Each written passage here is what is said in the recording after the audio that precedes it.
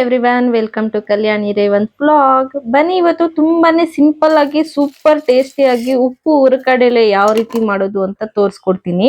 Please ವಿಡಿಯೋನ ನೋಡ್ತಿರೋರು subscribe ಮಾಡ್ಕೊಂಡು ನೋಡಿ. ಬನ್ನಿ ಈಗ ಉಪ್ಪು ಹುರಿಗಡಲೆ ಯಾವ ರೀತಿ ಮಾಡೋದು ಅಂತ ತೋರಿಸ್ಕೊಡ್ತೀನಿ.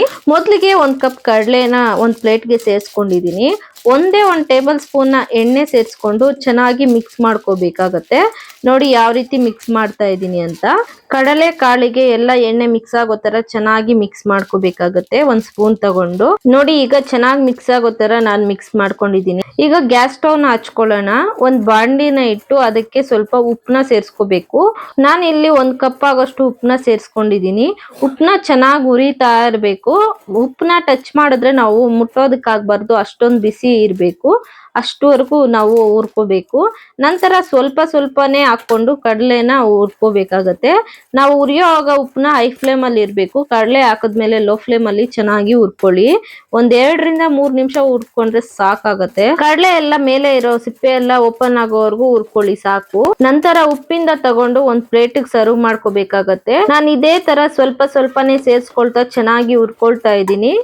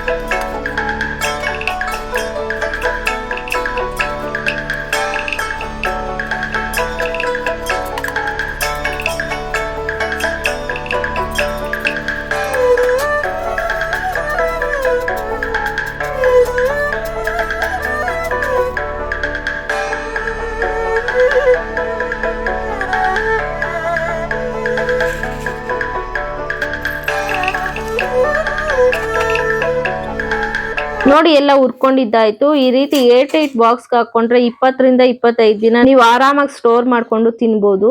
ಇದಾಗಿತ್ತು ಇವತ್ತಿನ ವಿಡಿಯೋ. ಈ ವಿಡಿಯೋ ನಿಮ್ಗೆ ಇಷ್ಟ ಆಗಿದ್ರೆ ಪ್ಲೀಸ್ ಲೈಕ್ ಮಾಡಿ, ಶೇರ್ ಮಾಡಿ ಹಾಗೂ ಕಾಮೆಂಟ್ ಮಾಡೋದನ್ನ ಮರಿಬೇಡಿ. ನಾಳೆ ಮತ್ತೊಂದು ಹೊಸ ವಿಡಿಯೋ ಜೊತೆ ಸಿಗೋಣ. ಅಲ್ಲಿವರೆಗೂ ಟೇಕ್ ಕೇರ್, ಬಾಯ್ ಬಾಯ್.